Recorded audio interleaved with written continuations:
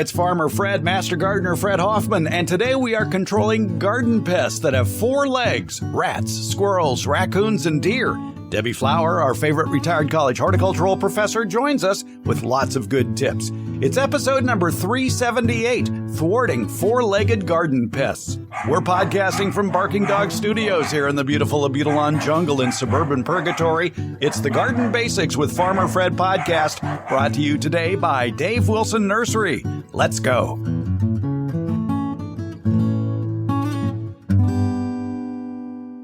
We like to answer your garden questions here on the Garden Basics podcast. Debbie Flower is here, America's favorite retired college horticultural professor. And we get a question from Katie, and she's doing battle. She's doing battle with squirrels and raccoons. And she says this year it's worse than ever.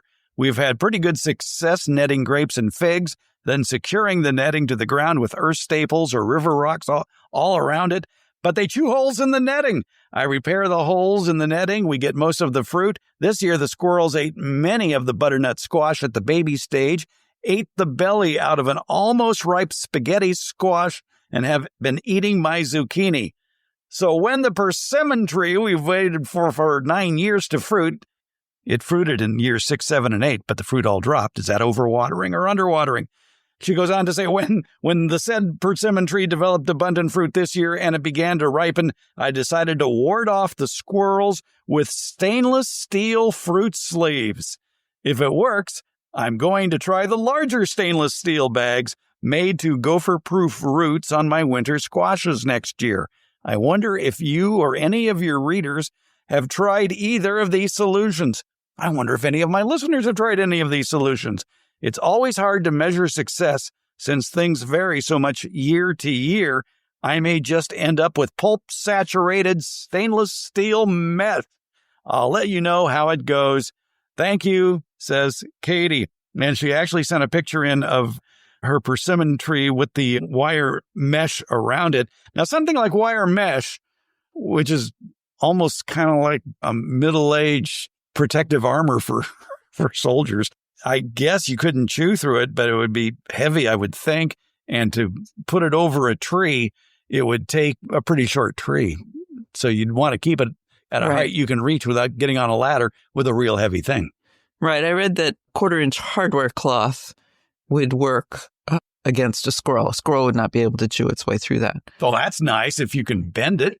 Right. And so the sleeves come. I'm not familiar with them. Are you? Do you use them? Not these ones, but I feel for Katie and her nylon netting because I tried that on a pluot tree a couple of years ago.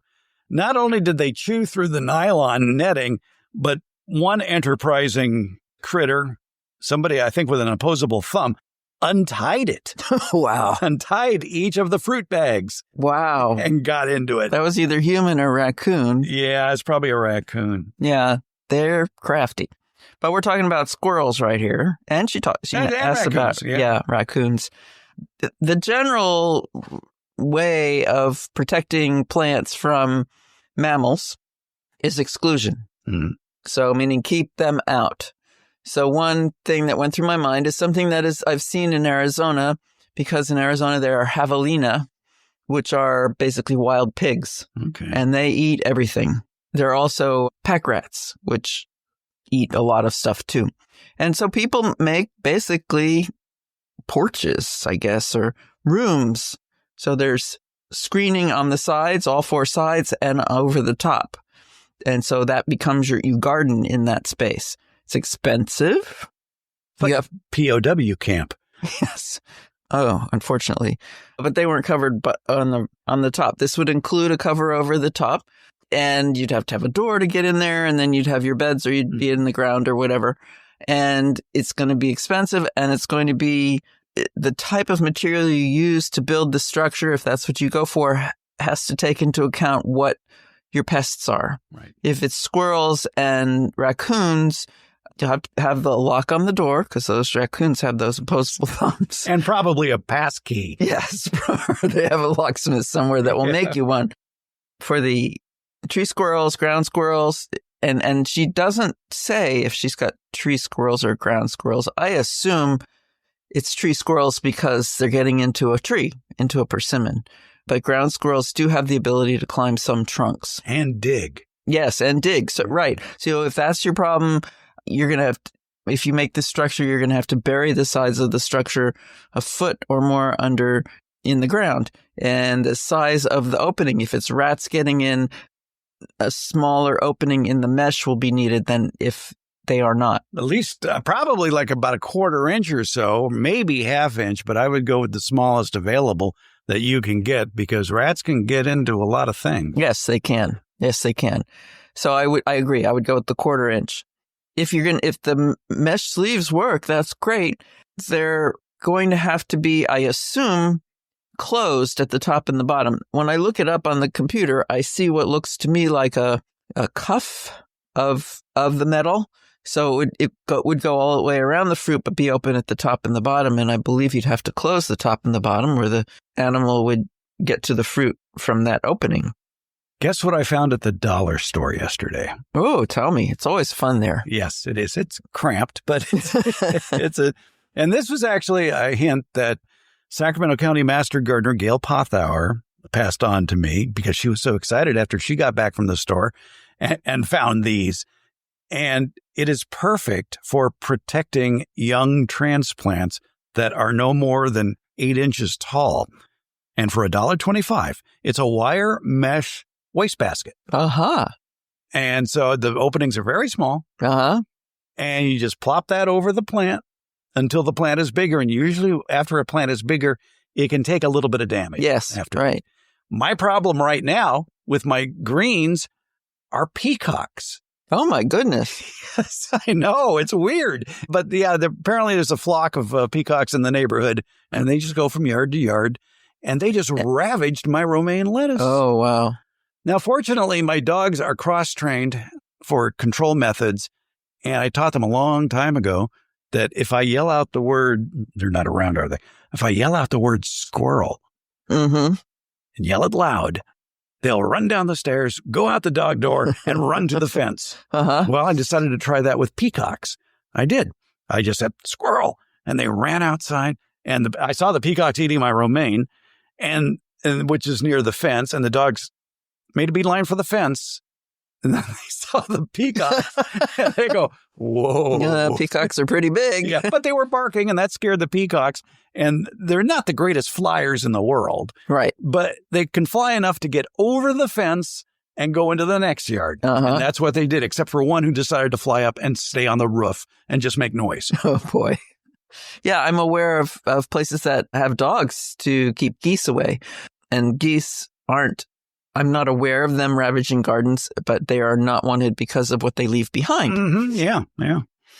And I'm not surprised at that either. But yeah, I think if there are greens, well, that's a hummingbird out front there going after an abutilon flower. I see that. Yes. But I've seen little birds. You see that little cage beyond the abutilon plant? It's a repurposed tomato cage that is guarding a snow pea plant. Uh-huh. And I've seen little birds just perch on that tomato cage and start picking at the leaves. Oh. But I'm not too worried about that because they're just going after the leaves and aren't going after the peas. And they take such a small amount, it's no big deal. Yeah, we got to live and let live. Yeah, well, in a lot of cases. But if it comes to squirrels and raccoons, as in this case here with Katie, yeah, that metal protection may be necessary. My advice would be you really do want to follow the instructions of backyard orchard culture is where you keep the tree no taller than you can reach. Right. And if you're going to throw something over it, it needs to even be shorter. And if you're going to throw something over it, it needs to reach the ground. Yes, it does, because they'll just go right underneath it. Yeah. There are chemical repellents advertised for squirrels and more. Can't say I've ever seen one for raccoons, but to keep squirrels away. And in general, they don't work. No, they'll work for one time. Right. For a week. Maybe. Right. There is actually some bird seed you can buy that is covered with capsaicin, which is the hot stuff in hot peppers. And that birds cannot detect the capsaicin, but squirrels can. And but the little I could find of people, it was all anecdotal, reporting how it worked. They said, like Fred said, it only worked for a while. And then there were some squirrels that seemed to really like it. No. Coming back. Yeah, they can adapt. If they're hungry enough, they're like, I mean, what we're talking about applies to deer as well. True. And one of the strategies for controlling deer, besides, building a prison for your garden, is to have a trap crop outside that they're going to prefer to what is inside. So if you can keep them outside and occupy them with the foods they really like, is that really a good idea, or are you just attracting more deer? Right. They vineyard owners I know who I discussed deer with said that it's really a problem when they come around regularly, because then they move their family in and they have their babies there, and then their babies grow up and they bring their family. And so you end up having a herd of deer on your property. But it's worth a try. Yeah. A trap crop went through my mind for the squirrels and the raccoons. But anything that would be a trap crop is probably something you would want to eat too. Yeah. And so why do you want to give it up? Yeah. You wouldn't. But, when you're desperate. All right. People also mention physical distractions like things that move, flashing tape, water that turns on when the animals come near the area, noises. But they work kind of like the chemical repellents. They work for a day or so, and then they're not good. The animals are smart and they figure it out. Yeah, it's a hard world that we live in when it comes to growing your own food. And there's also, I used to live in an area surrounded by vineyards, and flash tape was good for about a couple of weeks. So the farmers would delay putting out that flash tape that looks like fire from a distance to the birds until they were about 2 weeks away from harvest. And that kept the birds away because the winds were variable. So sometimes it was very active, the blowing aluminum foil, basically. And sometimes there wasn't. But they figured it takes the birds about 2 weeks, a little bit more than 2 weeks, to realize that they're not going to be hurt by this. The same is true for all of those farmers who in their fields put in loudspeakers where they would blast the sound of gunfire at irregular intervals. Again, it works for a couple of weeks. Right. And until the crows figure out, there's nothing going on here. Right. Or it's a recording of a crow in distress so that they think somebody's, If you can attract predators, that does deter squirrels. So predators being an owl, if you put up an owl box. However, owls are active at night and squirrels are active during the day. So I'm not sure how effective that would ultimately be for squirrels. I think owls would only go after baby raccoons. The raccoons can get huge. Yeah, so that wouldn't work. But on the other hand, those owl boxes can be effective in attracting owls who'll go after the rats. Yes, which are a nighttime problem. Yes.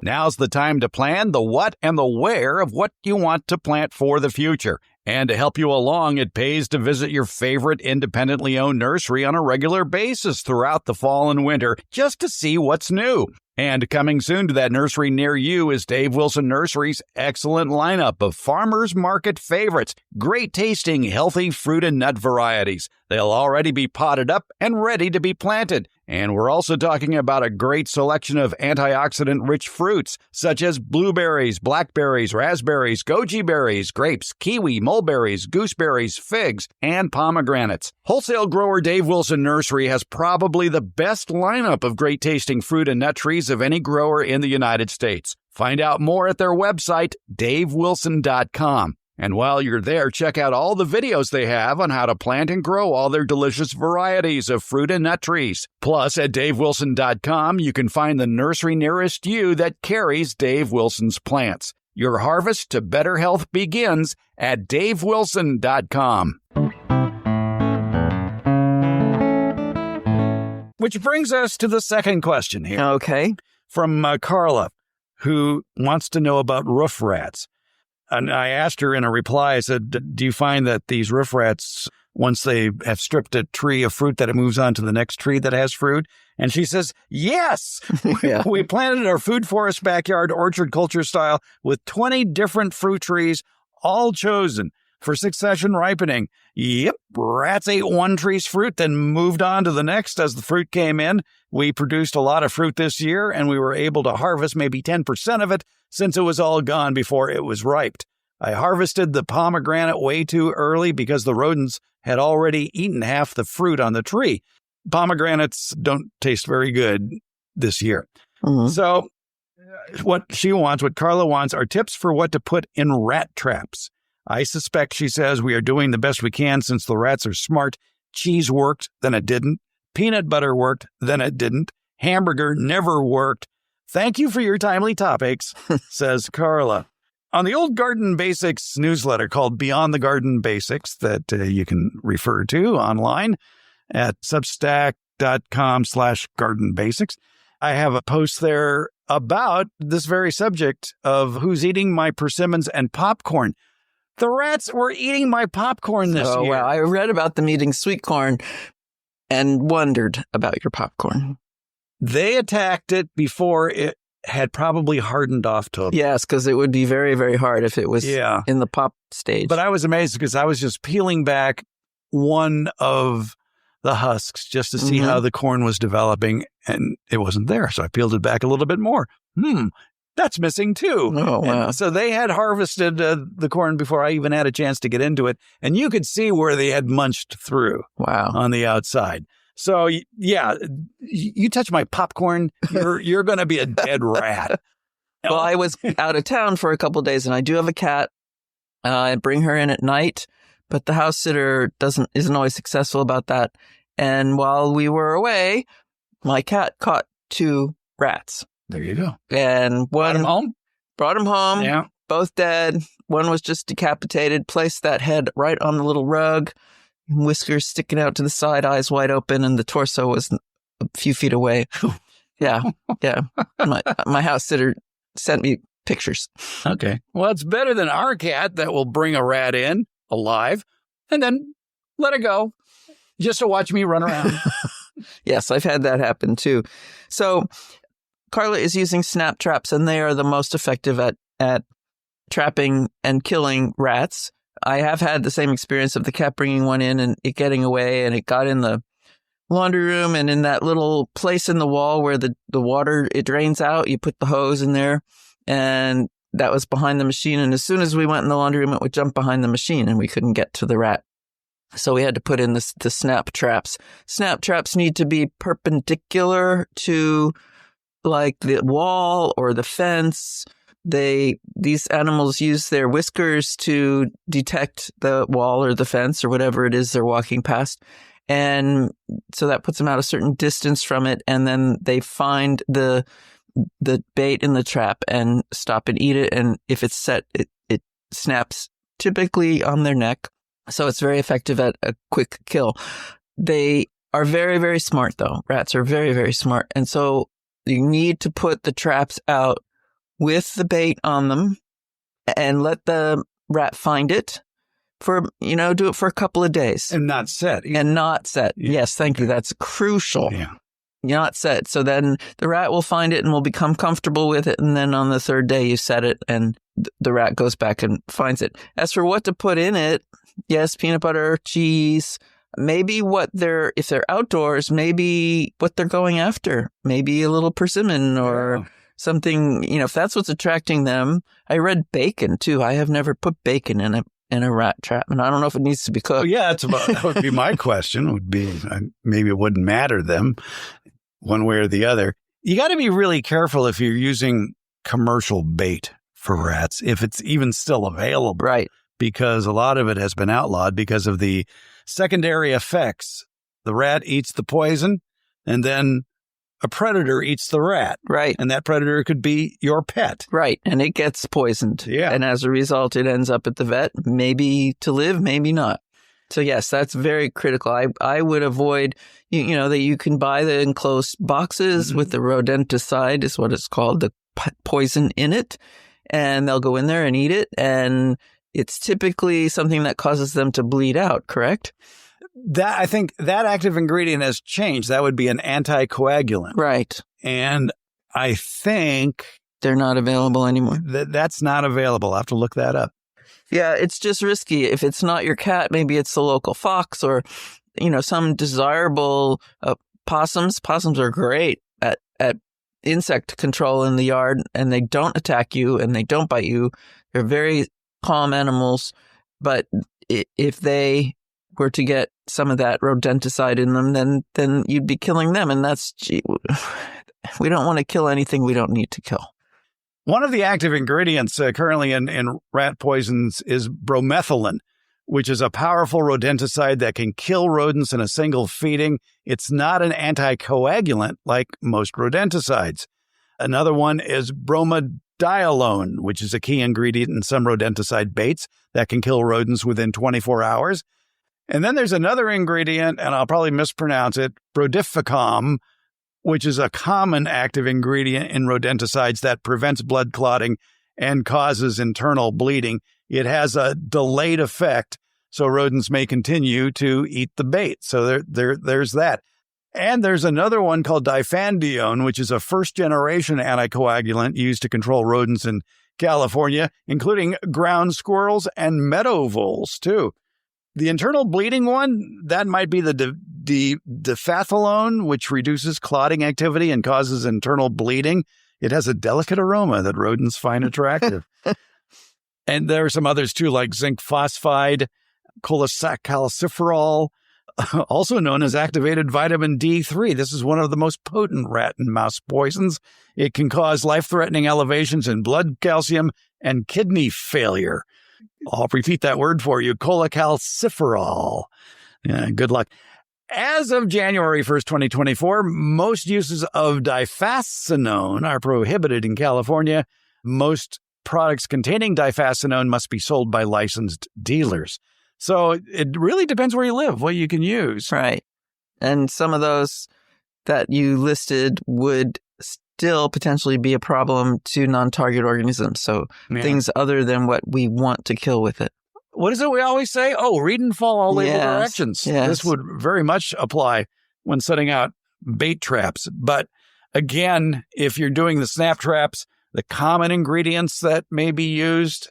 Well, the bait needs to be something that attracts the thing you're trying to get. There are rat traps, which are pretty big. They're probably 8 inches by 4 inches or so. And then there are mouse traps, which are much smaller. They're about 4 inches by 2 inches. And so you have to use the right snap trap, the one that will get your pest. I had one in a greenhouse where I was a school where I was working, a rat, that is. And I set the rat trap. And, the couple of days and the bait was gone. So it was being found, it was being eaten. And then I put the bait out and set the trap. And the next day I couldn't find the trap. Eventually I found a dead rat attached to the trap in the place where we stored unused containers. So it had been hit by the snap trap and not killed immediately and dragged the trap away. So if you can anchor the trap in some way, that's desirable. That is also advice for controlling gophers. If you have a gopher problem and you're using underground traps, is to anchor it in the soil, because if it's too small of a trap, they might be trapped, but they can drag it with them. Right. And so you don't want them to do that. So if you ask your local computer, who probably has some sort of artificial intelligence, what are some common foods to use as bait for rat traps? They will say what we've been talking about: cheese, peanut butter, bacon, fruits, meat, especially fresh or canned tuna. And the one we left out that is probably the most common available is pet food. Yeah. They like pet food. And that brings them around. If you're feeding feral cats or your house pet outdoors or whatever, that food, if it's still around and after the animal has finished eating, will attract rats, mice, all kinds of raccoons, all kinds of other animals. Now, what about some of these so-called deterrents? One day I lost my internet. And this bear with me on this story. All right. All right. The internet was getting wonky. It was dropping a lot. And I got a call from the local provider who basically said, we need to come out and check your house. There's signal loss going on somewhere in your house. Okay, fine. They came out. They followed it to where the cable was going into the house, which was going through a vent, one of those screened vents that you have for ventilation. Mm-hmm. And when they installed it, I guess the installer made just a slightly bigger hole to pass the wire through. So the rat, according to the guy that came out to repair it, found that portion had been chewed through, trying to get into that space. The rat figured, okay, if I chew on this cable, that'll give me more room to get inside. They are smart. Well, yeah. So they, were chewing through the rubber casing and some of the wires were frayed. And so, yeah, that would be a lack of signal, a loss of signal. And then I said, okay, so the cure for this, like I'm going to take pest advice from a cable guy, but it might work. I tried it. He said, get 000 steel wool. And fill that gap where this cable is coming in. And then coat that steel wool with rosemary oil.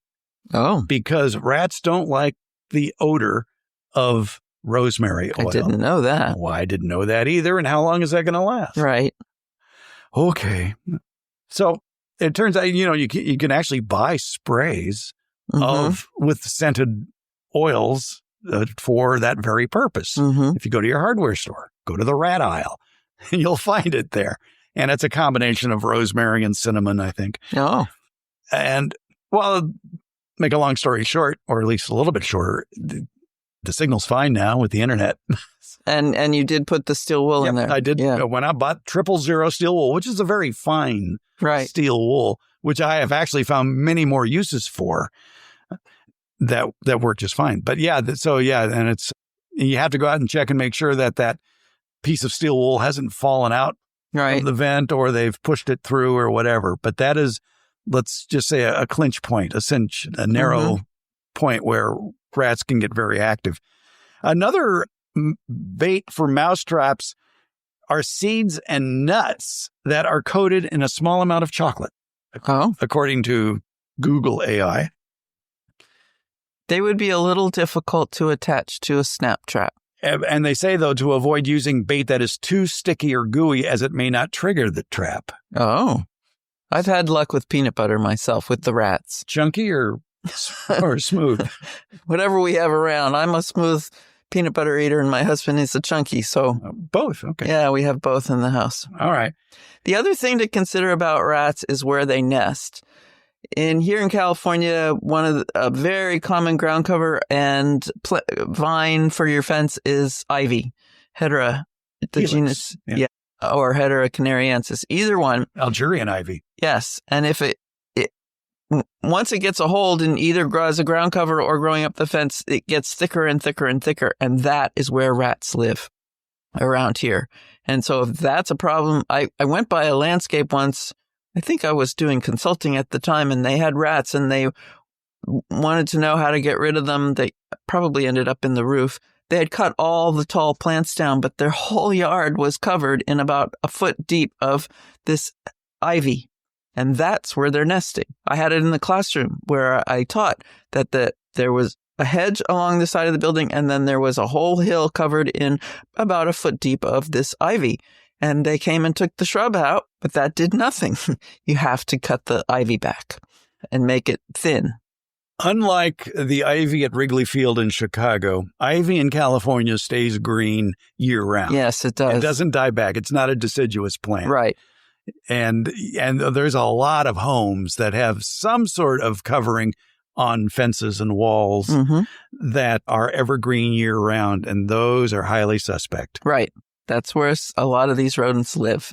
So be aware that a buildup of plant material that stays green year-round will be a likely place that they're nesting, and that just cutting it down with a weed whacker or a mower, if you've got a strong mower, will make them move out.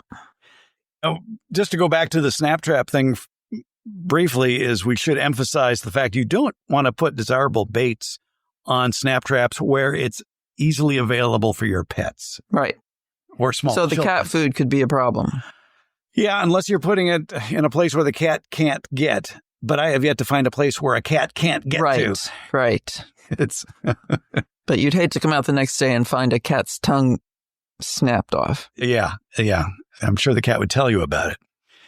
But yeah, so snap traps have, good points, bad points as well. also, to remember how these rats are getting from tree to tree. They could be using, as you mentioned, the fence line, but they could also be going via branches of the tree. Yes.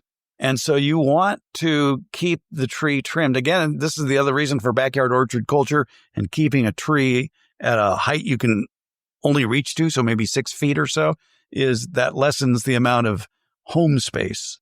Yes. For a rat, because they don't want to be seen. Right. So if it's not so thick that you can't see them, that could be a home for them. I found a rat in the persimmon tree, for instance. Oh, a nest? Well, it was, okay, rat story. This was just a few weeks ago. This was back at persimmon harvest time, or right before harvest time. I was just waiting for them to get a little bit soft before I harvested the Fuyu persimmons. But then I saw some little gnaw marks on the fruit. So I go, okay, we got to get out of here and start harvesting the fruit. We can let it ripen inside. Not a problem. All right. So we're out there. We're picking all the fruit, snipping it off. And at one point where I went to grab a branch, I saw something jump out of the tree and hit the ground. And then the dog, good old Salty the dog, took off running after whatever just jumped out. And after I was done harvesting, I went to find the dog, and the dog was just happy as can be with playing with a dead rat over on the side, not chewing on it, thank goodness, but you probably crunched it to death. Right. And it was dead, but Salty did the job. Yeah, good old Salty. Of getting that rat out of the tree. Now, and I didn't see a nest in there, so that's good. Yeah, that is good. But the fact that they were in there during the day would indicate to me that's where they were resting, that it was a secure enough place. Yes. So they weren't being seen by a hawk that might fly by and say, oh, there's dinner. Well, this goes back to Debbie Flower theorem number 1, which is walk your garden every day. Yeah. And check those trees, check those plants, look around, spread some branches apart, take a look. Yep. Shake some things. Yep. If it falls, it might be a rat. Exactly. Just what you want to do. All right. Well, Carl, I hope that helps you out there with controlling rats and mice. And that was a lot of stuff. Debbie, thanks for your pest control help. Oh, my pleasure, Fred. Sharp-eyed listeners, if there is such a thing, may have noticed that in our segment about controlling the four-legged pests of persimmon trees, we failed to answer one of the listeners' questions that was thrown in as an aside to her main question. Katie had written in and said, so when the persimmon tree we've waited on for 9 years to fruit, and it finally did get fruit in years 6, 7, and 8, but they all dropped, was it due to overwatering or underwatering? When those said persimmons developed abundant fruit this year and it began to ripen, I decided to try to ward off the squirrels with these stainless steel fruit sleeves. Well, Debbie Flower and I immediately delved into pest control techniques for persimmons, but totally overlooked her question about the fallen fruit and watering. Thus, the purpose of this week's edition of the Beyond the Garden Basics newsletter. Find out more about persimmons and their care, as well as storage tips, in this week's Beyond the Garden Basics newsletter and podcast. It's entitled Persimmon Tips from the Pros. Find a link to that edition in today's show notes, or at our website, gardenbasics.net, or at Substack. It's free.